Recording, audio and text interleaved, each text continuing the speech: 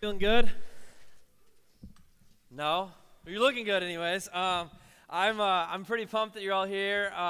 Thank you for coming and dealing with our weird day when we can't use the hallway. I'm really excited that those of you who were here 2 weeks ago actually came back, even after I warned you that it could be like one of those John 6 moments that Jesus had where everyone decides I'm crazy and doesn't return. I know some of you are here by accident because last week was Reach Des Moines and you forgot that you were mad and offended and weren't going to come back. So, the timing was intentional. But in regards to last week, thank you. Thank you to everyone who went out and served. All the organizations that we partnered with were incredibly excited, and I just feel so grateful and blessed to be a part of a community like this one that has such a heart to serve the city. For those of you who weren't here 2 weeks ago, or for those of you who are here for the very first time, and every Sunday is somebody's first time at Revision, which is pretty cool, we started a series called This Is Us. And we kicked it off by asking the question, if this is us, what is this? And the answer is that this is something we all like to think we are, but a lot of the time, we're really not. This is something every one of us can be, and if we were, it would change our lives and change our world. This opens doors and solves problems and inspires others to join in. It's contagious. This also doesn't come easy. It's difficult and it doesn't seem to be natural for us, but God says we are hardwired for this, and when we live this out, we unleash our full potential, both individually and collectively. This is who God is and how God moves in the world, and this is part of what it means to be all that we were made to be. This is generosity. But generosity is a really difficult topic to talk about to Americans because we have a generosity delusion. And it's that most Americans self-identify as generous because most Americans give. But there's a difference between giving a little bit on occasion and living a lifestyle of generosity. But our occasional giving kind of blinds us to the fact that those aren't the same thing. And our occasional random acts of giving make us think we're living generously, even though both the statistics and the outcomes of our lives suggest otherwise. Let me explain. First, the statistics. There are a couple national research firms that partnered last year to conduct something they called the Donor Mindset Study. And they surveyed Americans all across the country from all walks of life and all kinds of different socioeconomic situations about their charitable giving. And here's a sampling of what they found. 88% of givers overestimate the percentage of their income that they gave away in the last year. And givers overestimate the percentage of the income that they gave away by an average of 331%.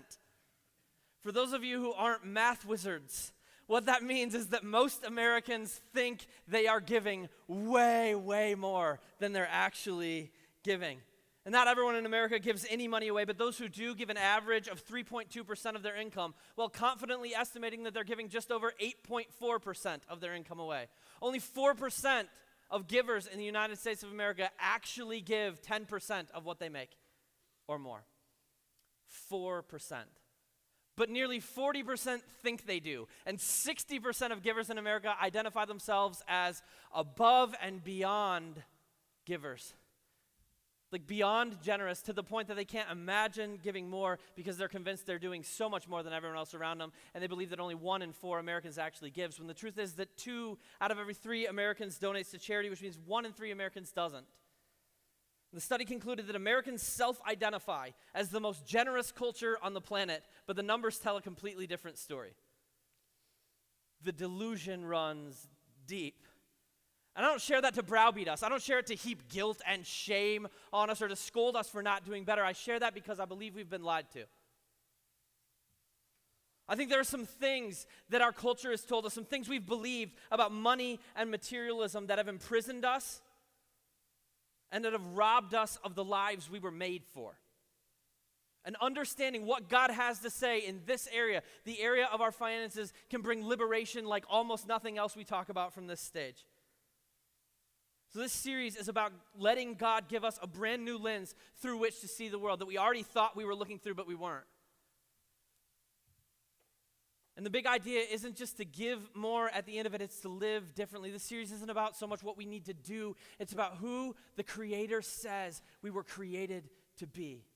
Because when it comes to giving, like as a simple action and not a lifestyle, there's a lot of ways to get people to do it. Like persuasive people can convince us, manipulate us, inspire us, or guilt us into giving. It happens. You ever seen one of these commercials? You see like the one-eyed, three-legged dog, and Sarah's in the background singing, "In the arms of an angel, fly." I have to turn the channel, okay? Because otherwise I'm going to end up giving or sad, and I don't even like dogs, okay? So like we get guilted into it. And preachers do the same thing. Sometimes pastors stand up and they guilt us, or they try and inspire us into giving, or some of them even bribe us into giving. They're like, if you give God $1, he's going to give you $10 back. That's a bribe. It's also a lie, okay? So that is not what this is about. It's not what we're doing here, but I promise you this. If during the course of this series you will open up your hearts and minds to what God has to say to you, at the end of it, you will give more, save more, and consume less. Every one of us, that's an option. Giving more, saving more, and consuming less, except for those of you who are hoarders and you have giant savings accounts. You will not save more, that's not possible. Like if you've saved more than the people in the next 3 rows combined, you're just going to give more. But here's the good news. You got more money than everyone else, and you got more worries than the people in the next 3 rows too, and Jesus is going to give you a little bit of freedom from that. Because Jesus promises us that if we live generously, we will be happier. It's this phrase that most of us have heard time and time again in our lives that we didn't even know was from Jesus. It's more blessed to give than to receive. And most of us, most of the time we've heard it, thought it was a lie our parents made up to get us to give things to our siblings or our friends. And we think it's a lie because we're convinced that being more blessed means getting more stuff for ourselves and that happy feeling of having new, shiny things for me. And that's what we get when we receive, and it's definitely not what we get when we give. But Jesus is talking about an entirely different thing. And if we take a really honest look at our lives, I think most of us will realize we desperately want that thing. Because the thing we have and the way we're doing things when it comes to finances simply is not working for us, and deep down we know it.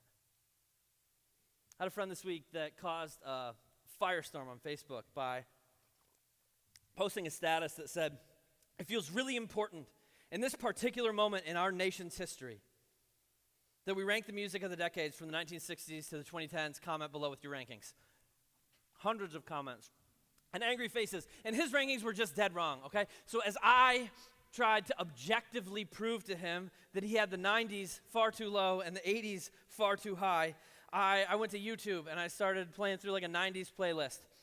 And the random rabbit hole of YouTube eventually led me to the point where I was sitting in the office working and the song C.R.E.A.M by the Wu-Tang Clan came on. I don't know exactly how it got there, but in fairness, it is a 90s song. And for those of you who did not come of age in the 90s, C.R.E.A.M in this case is not a band featuring Eric Clapton. It is an acronym invented by the Wu-Tang Clan, which means cash rules everything around me. And the irony wasn't lost on me that I was sitting there thinking about giving and thinking about materialism and generosity, and C.R.E.A.M popped on my computer. Cash rules everything around me. C.R.E.A.M, get the money. Dollar bill, y'all. I heard it and I froze because I had never thought about it this way before. But I realized that what was meant to be a clever hook in a rap song, sadly, is probably a painful truth for the majority of the people in this room. And the majority of people our lives crash into every single day. Like if we're straight, cash rules so much of our lives. It rules our decision making. It rules our calendars. It rules our vocational pursuits.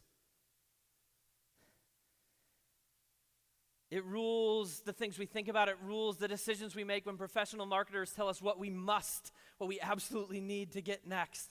It rules the way we parent and the way we schedule our kids because they need to get that college scholarship. Otherwise, we'll be in debt from student loans. And so if my kid isn't in 8 different extracurricular activities 10 nights a week by the time they're 5 years old, what is the long-term financial cost? It rules our stress. It affects our relationships with loved ones. It affects the way we relate to our spouses, to our parents, to our grandparents. It affects the way we relate to our siblings when there's an inheritance to divide. Cash rules our thoughts, and it rules our fears. It rules our hopes for the future. If we look inside our souls, I think many of us will find we're in a place where cash rules our nightmares and also rules our dreams. And just like we didn't know that it was Jesus who said it's more blessed to give than it is to receive, we also didn't know that we were living out Method Man's life motto, cash rules everything around me, but here we are. Here we are, and it's crushing us. I know that it is. A recent study asked a whole bunch of Americans to do some word association. And when it came to money, the overwhelming top response, by far and away, when it came to money, the overwhelming top response in word association was worry. Money and worry go hand in hand in our lives. What if I don't have enough? What if we can't make that payment? How much more do I have before that card is maxed out? How much more am I going to need so we can upgrade the house? So I can get that new car. Oh, I want that iPhone X. My iPhone stinks. How much more is it going to take? What if something happens and we don't have enough in our savings to cover it? What if we can't keep up with the Joneses? Cold hard truth for most of us is that a whole lot of our financial anxiety comes as a result of wanting what we can't get, not needing what we don't have, but still we worry. We worry and we worry and we worry. And it affects everything we do and everything we think and everyone we relate to. And you know what we do with that worry? You know what we do in response to it? We spend. There is not a logical connection between those two things. Not even a little bit, other than the fact that we live in a society that constantly tells us that spending is the cure for our worries. Like we get told by our culture that if we spend, that'll make us happy, and happiness will cure our worry. Like that feeling of happiness we feel when we get new things for ourselves will somehow overcome the existential angst that got us to that place. But we all know it's not true. I mean, the problem is most of the stuff that we buy, especially if we finance it or buy it on credit, increases in price because of interest and decreases in value the minute we get it, and it doesn't make us happy. But still we buy into this cultural idea that like, okay, it's never worked before. All the things that I've ever gotten in the past, all the times I've ever spent and bought and accumulated more, they haven't really gotten me there in the past, but this time it's going to be different. This is the thing that's going to put me over the edge, and it doesn't leave us full. Instead, we're left empty. Worry leads to spending, which leads to emptiness. Financial emptiness and spiritual emptiness. We're financially empty because our accounts are drained. We spent all the money that we had, and some of us even went into debt. We spent more than we had, and we look at our finances, and they just aren't there. They're empty, and we're spiritually empty because that sense that we are missing something is never filled with more possessions. You know what that emptiness leads to? That sense that we're not fulfilled. So maybe we're going to have to get more. Maybe we're going to have to spend more. We're going to have to buy more things. We don't have any money for those more things. It leads to worry. This is a vicious cycle. It's a trap, and it's a prison of materialism that we have locked ourselves in. But it's the way our world works, and we tend to work that way too because no one has ever told us we don't have to. But Jesus comes along and he says, we don't have to. We were made for more. And here's what I want us to understand this morning. That cycle of worry and spending and emptiness is not a financial issue in our lives. It's not a money problem. It's a spiritual problem. Because we tend to think that we could break free from the cycle, that we could get out from under all that worry if we could just get a little bit more money. But my question is, how much money is it going to take? Like, how much is it in your life? Because I know you live in a world that tells you if you could get a little bit more, you wouldn't worry about this any longer. But really, how much? Is it 10%? Is it 20% more? If you walked into work tomorrow morning and you got a 50% raise, would that really be enough? We like to convince ourselves if I could just get X number of dollars, then I could be set free from worrying about finances ever again. It's baloney. Tell me your number, and I will show you somebody probably in this room who makes that number who worries about money constantly. You know why? Because it's not a money problem. It's not about the amount. It's not about the number of zeros at the end of your paycheck or the end of your bank statement. It's a spiritual disease. And it starts with a wrong belief. It's a belief that we've been told and we've simply assumed is true. We're going to call it the consumption assumption. And this is the thing that we believe. Whatever I've got and whatever I get is meant for me. It's mine. It's for me. It's about me. And if I feel really happy, I might give just a little bit of it away. But every decision I make financially is going to be funneled through the mirror first, through the lens of me and myself and what I want. If I got it, it's for me. Jesus has a word for that. Greed. He calls it greed, and most of us think that we're somehow exempt from greed because we don't have enough money to be greedy, right? And most of us think that we're not greedy because greed is really, really difficult to recognize in the mirror. But Jesus says greed is a lifestyle of looking at what you have, however much you have. However much or however little, it's a lifestyle of looking at what you have and saying, this is mine, this is for me. And it's poisonous to our souls. It's poisonous. And if we want healthy souls, if we want to live the lives God says we were made for, if we want to be liberated from the prison of materialism and break free from that cycle of emptiness and worry, we need to organize our lives around an entirely different concept. If you have your Bibles or your Bibles with you this morning, you can open them up to Luke chapter 12. It's the third book of the New Testament. Sandwiched between Mark and John. If you don't have Bibles, the words will be on the screen. If you need one, or your kids do, please steal one from the Next Steps table at the end of the service. We would love to give you one. But Luke 12, Jesus is talking to this big old crowd of people about their anxieties. He's talking to them about all the things that they fear, all the things that cause worry in their lives. And then there's this situation. A guy asks him a question and comes up to him, and clearly this guy believes that his anxiety is brought about by not having enough money, and if he can get a little bit more money, those finances will solve his worry problem. And Jesus responds to that idea by telling a parable, and a parable is a story with a point. This is what he says. Then he said to them, watch out. Let me time out. Anytime Jesus says watch out, like if Jesus thinks it's important enough to say, hey, pay attention, listen up, watch out, we should probably listen. This is a big deal. If it's a big deal to Jesus, it's a big deal to us. He says, watch out. Be on your guard against all kinds of greed. Life, real life, true life, the life you were made for, does not consist in an abundance of possessions. Then he told him this parable. The ground of a certain rich man yielded an abundant harvest. And right now everyone's thinking, oh great, the rich get richer. It's been happening for thousands of years. If that's what you're thinking, they were too. It yielded an abundant harvest, and he thought to himself, what shall I do? I have no place to store my crops.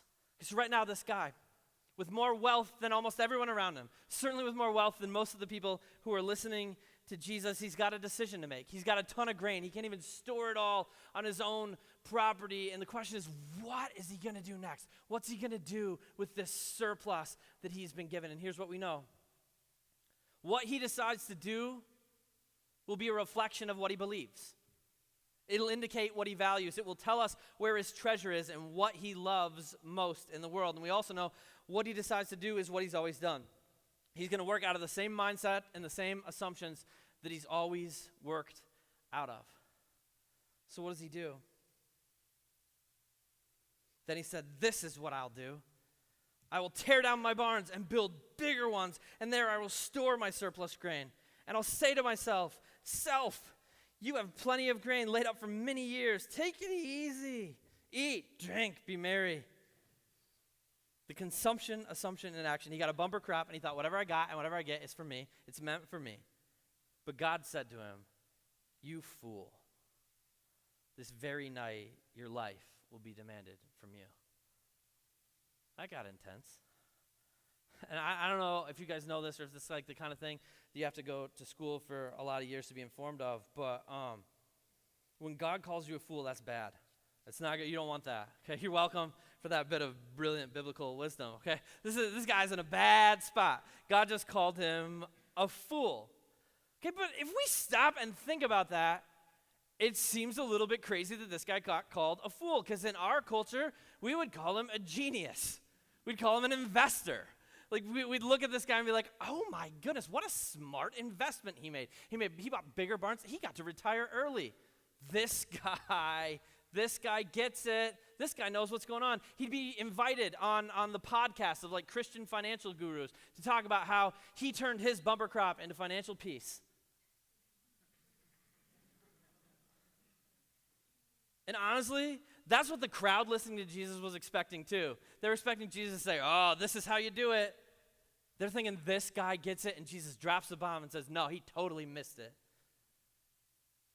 And it's important for us to understand what he's saying here and what he isn't saying. He's not saying this guy's a fool for bringing in a big crop. Clearly, he knows what he's doing as a farmer.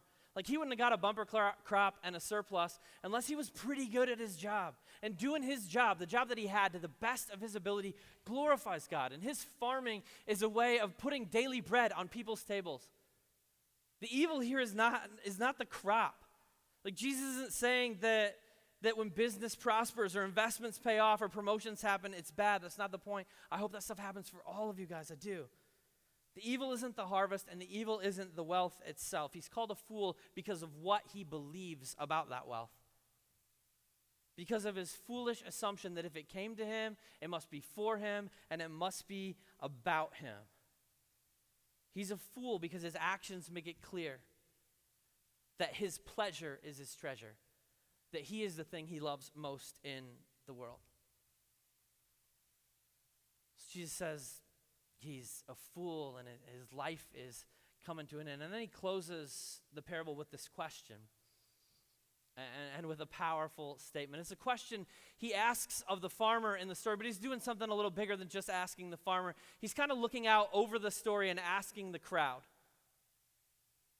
And he's looking out over the centuries and he's asking this question to you and me as well. At the end of this story, he looks you and me in the eye and says, then,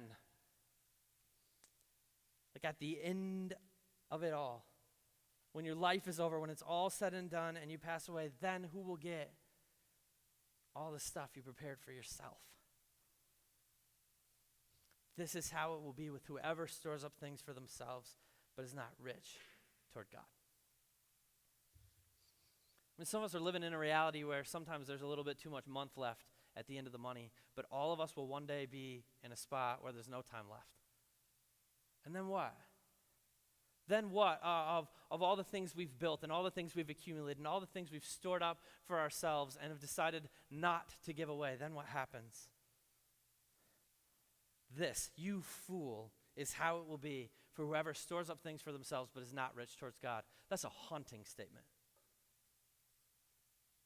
It should be for Americans. That's a haunting statement. It's one of the most powerful and scary things Jesus ever says. Because there's no escaping what he's talking about here. When he says rich towards God, he's talking about giving away our money. He's talking about giving away our stuff, coming to God with open hands and letting him take whatever he wants so that it can be given to the people around us. It's not like a little clever colloquialism that we can talk our way around and be like, well, I'm rich towards God because I give people compliments. That's great. Keep complimenting people. But the word in Greek here is pluteo. It means coins. It means cash. It means cold, hard money. This is how it will be for anyone who keeps their cash and doesn't give it to God. That's what Jesus says. Because Jesus knows that somehow, some way, our hearts and our souls are connected to our wallets. And he knows how tempting it is for us to get to a spot where we believe somehow that we were made for things rather than made for God. And he wants to invite us to something better and something bigger and something more. He wants to invite us to start living as though we were made for God. Made in his image with the creative purpose of helping the people around us see and know and feel his love. You guys, love is the heartbeat of generosity. Generosity is what love looks like when it's lived out. It's a natural overflow of love. That's why our God, who is love, moves generously in the world. That's why he consistently reveals himself to us through generosity. We serve a God who gives self-sacrificially for the sake of the world. That's what Jesus did when he came down and he gave his life. He emptied himself. He poured everything that he had out for the sake of broken sinners like you and me. That's what Jesus did. That's who God is. Our God is self-giving, which means that when we give, when we're generous, we experience fullness and life because we're living in the image of the God who made us in his image. Generosity is evidence of the divine spark in us. And Jesus invites us to it. He stands there in front of this big old crowd of people. And he speaks into this situation where they're worried, just like we are, about finances. where they're believing just like we are, that if they can just get a little bit more, if they can just get enough, then they won't have to fear anymore. They won't have to worry anymore. They won't be crippled by anxiety over their finances anymore. Where they've been told by their culture, just like we have, that if it comes to you, whatever you got and whatever you get is for you. And Jesus looks at me and says, no, that's foolish. It's a prison. It is a prison. It's a trap of materialism and selfishness that you will never get out of, and it will crush you. It's a cycle of emptiness and worry, and I made you for more. I made you not just to give occasionally, but to live generously. Whatever you've got is a gift from God that he entrusted to you, both to provide for you, but also to provide you with an opportunity to show his love to the world. To provide you with an opportunity to bless the people around you. God looks at us and he says, hey, if you want to be rich towards me, meet the needs of the people I love. All these people all around you that I love so much that I came and I created them in my image, and then I came and I gave my life for them. That's how much I love them. If you want to be rich toward me, be rich toward them. That's what it looks like. And the consumption assumption is crushed when we start living like that. It is. When we decide to live out of love and stop assuming that all we got and all we get is for us, and realize that all we got and all we get is a gift from God. And I wonder, how can you live any other way if you know who God really is and you know what Jesus really did for you? Like, in full view of the generosity of a creator who we turned our backs on and walked away from, who said, I will not leave you there. I love you so much, I'm going to generously give everything for you. How can we live any other way? I think, and I see this in me, I think if our first reaction when we get asked to give is reluctance, then we just don't get the gospel yet. At least not all the way. Because we are weirdly indebted, and yet at the same time set free by a generous giver. And we're being invited for our sake, not for his, to live generously. To live lives defined by the love that we've been shown and given, that look like Jesus to the world, and that are about the people around us rather than the people in the mirror. The truth is that greed is a product of self-love, and generosity is a product of selfless love. And ironically, the former always leaves us empty, feeling like we don't quite have enough and we just need a little bit more, and the latter leaves us inexplicably full. And we can all live that way. Every last one of us. I don't care whether you're in middle school or you're retired, whether you're rich or poor or anywhere in between. Generosity is a lifestyle. It's a lens through which we view the world that has absolutely nothing to do with how much or how little we have in the bank. And if that's hard for you to wrap your mind around, if you're still feeling like, are you sure? That's okay, you've got good company. It took humanity thousands of years to figure this out. Generosity is one of those weird words that's evolved over time. A few thousand years ago, back in Jesus' day, it came from the Latin word generosus, which meant of noble birth. And it referred to people born into wealth and privilege, with the assumption that if you're born into wealth and privilege, you had a responsibility towards those who were born into poverty to give and to take care of them and to be generous with your resources. Then this whole Jesus movement started. This thing we call the church a couple thousand years ago spread out all over the world, and people started looking, and they started realizing there were a lot of people born into nobility who had a lot of resources that gave nothing away. And they looked at this poor ragtag group of people who called themselves Christians, who were coming with open hands and giving generously even though they had nothing, and the meaning of the word shifted. It started referring to those who acted with nobility rather than those who were born into it. Generous became a term that no longer referred to a position, but rather a disposition. A disposition that looked a lot like Jesus in the world and had no relationship whatsoever to the socioeconomic status of the individual. It is so tempting for us to keep buying the consumption assumption. It's for me, it's for me, it's for me, and keep believing we can't be generous until we get a little bit more because we just don't have enough, but it's garbage. Like, some of the world's wealthiest people are its most bitter and angry and stingy. And some of the world's poorest are its most generous. 2014, the most widespread outbreak of Ebola in human history spread across West Africa, just devastated Liberia, Guinea, and Sierra Leone. Left thousands dead and thousands more infected. It was tragic. I was doing youth ministry at the time, and one Sunday in between our two services, I checked Facebook, and I saw a post from my friend Jen, who's a missionary in Haiti, about how this church in Port-au-Prince named Source de la Grace had taken a second offering. They took a special offering that day to send to Liberia to help Ebola victims, and they raised $300. And I swallowed pretty hard because the people at Source de la Grace are among the world's poorest. This was less than 4 years after an earthquake had wreaked havoc on their country, taking the lives of their loved ones, including the pastor's young son. Almost 100% of the congregation of that church lived in tents that said USAID, just tarp villages that weren't even shelters, 4 years after the hurricane had taken wherever they were living before. Few of them had jobs. Almost all of them struggled with malnutrition. $300 is more than the average member of Source de la Grace made in a year.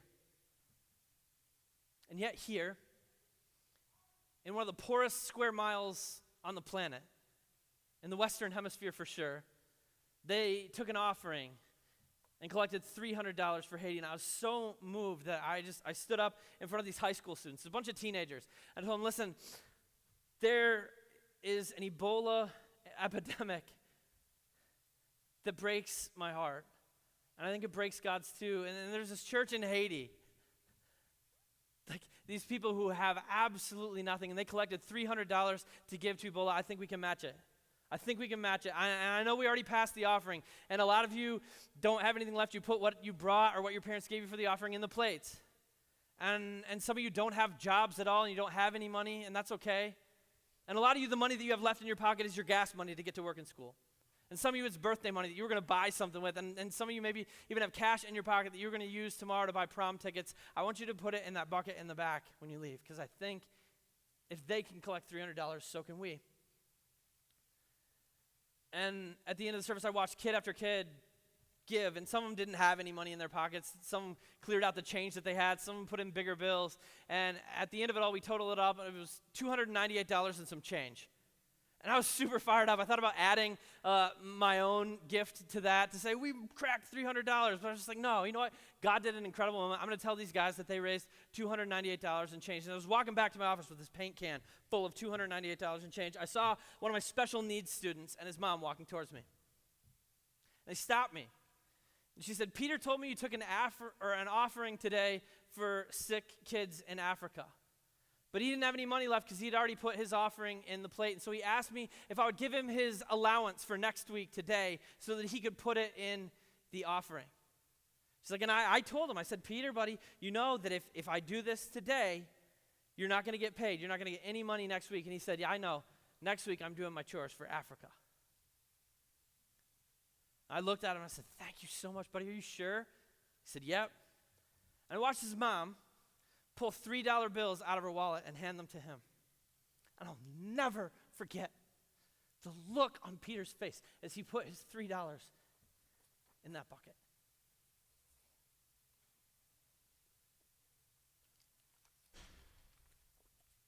This kid who had nothing, less than everyone else around him, who by every measure in the world was broke, came to God with open hands, with everything he had. It was incredible.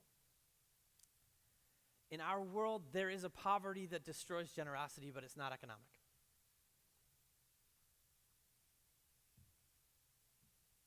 We are just left spiritually imprisoned by the lies we believe, by the assumption that what we got and what we get is all for us, and the broken cycle it traps us in. And Jesus says, living that way is foolish.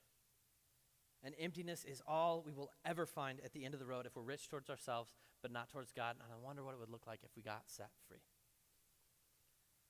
So my challenge to myself and to all of us this weekend, and if it, just for the next week, if it's terribly uncomfortable and you hate it and it doesn't work out, you can quit after a week. But my challenge to all of us is to spend a week thinking about our money and our stuff differently. To just decide we're gonna look at it through a different lens. To think about what we got and what we get, not as ours, but as a gift from God that he entrusted us with. to provide for us, but to provide us with the opportunity to be a blessing to our world. I challenge all of us this week to think about what it would look like to live lives that look a little bit more like my friend Peter.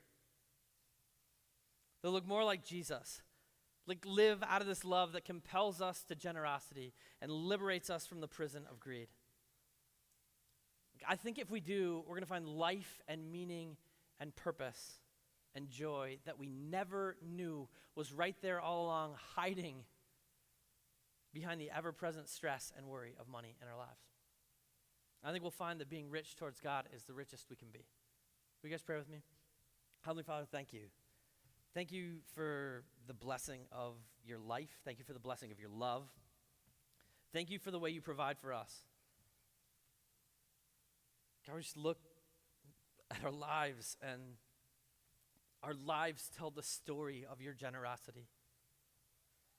Our eternity and our future tells the story of your generosity.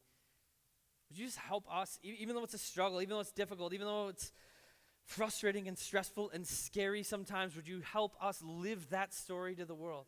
Like help people see in us the story of your love and the story of your grace and the story of your generosity. Lord, set us free.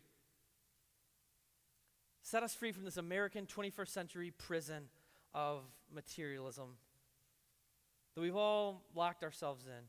Release us from the cycle. Help us live free and live with open hands so that we can live into the purpose you made us for. In Jesus' name, amen.